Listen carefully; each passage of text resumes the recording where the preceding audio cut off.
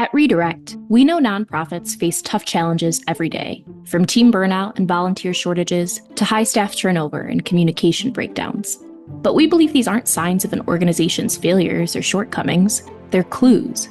Clues about challenges that nonprofits are navigating and some of the reasons that they might end up in that situation. That's where reDirect's C framework, or supportive environments for effectiveness, comes in. It's a powerful approach to uncovering the root causes behind these challenges in order to build environments where people feel they can thrive. We work with nonprofits to experiment with small but impactful changes, turning obstacles into opportunities for growth. The result? More supported, engaged teams, personnel that feel valued, and organizations equipped to create lasting impact.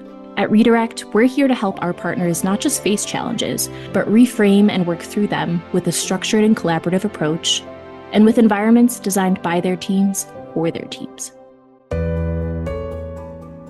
City Greens Market is a nonprofit grocery store based in St. Louis. We're a children's mental health facility.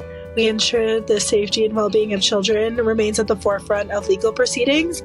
We are an eco-spirituality center. We have 8 or 9 museums throughout the state. Family education, food share market, resale store. Our first small experiment was really trying to create an onboarding process for both our employees and our board. We've identified community education as a big kind of priority. We're looking at evaluation as a whole for staff. We wanted to do more with the media, specifically media kits, so our media partners can have a better idea of the work that we're doing. What we did was actually in many ways stop doing something. We decided to pause on the acceptance of new library volunteer applicants. So we can plan strategically what are ways that volunteers can contribute in new ways that we just couldn't get to when we were constantly bringing on new people. For an organization to be able to keep moving forward, you have to constantly be innovating. And the only way to do that successfully, I think, is to be able to show that you're willing to take risks. But the best way to do that is in an environment that is a little bit structured. The model building, the being capable, the meaningful action was very helpful. Having the shared language on mental models, and so getting people on the same page and using shared language so we can understand what we're all working towards.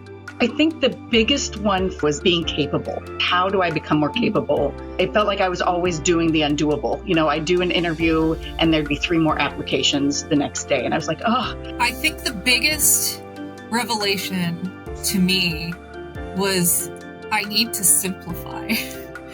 Everything I have right now is good information, but way too complicated. I found out during the whole cohort that we were overcomplicating pretty much everything. The phrase that we've used the most from C is less is more. Are we putting in just what's necessary but not too much? That's what we got out of C the most. The welcome email, it's smaller and it is bullets as opposed to chunks of information and paragraphs. There's now a follow-up system for supervisors after a welcome email has been sent out. Here's our supervisor checklist for tips and guidance so that you have it. Very precise and concise information and tasks that they need to do, as opposed to conversational, which is kind of how I operated. And people don't read emails like that. They just need to know, I need A, B, and C to get to D, and I need it by this time, right?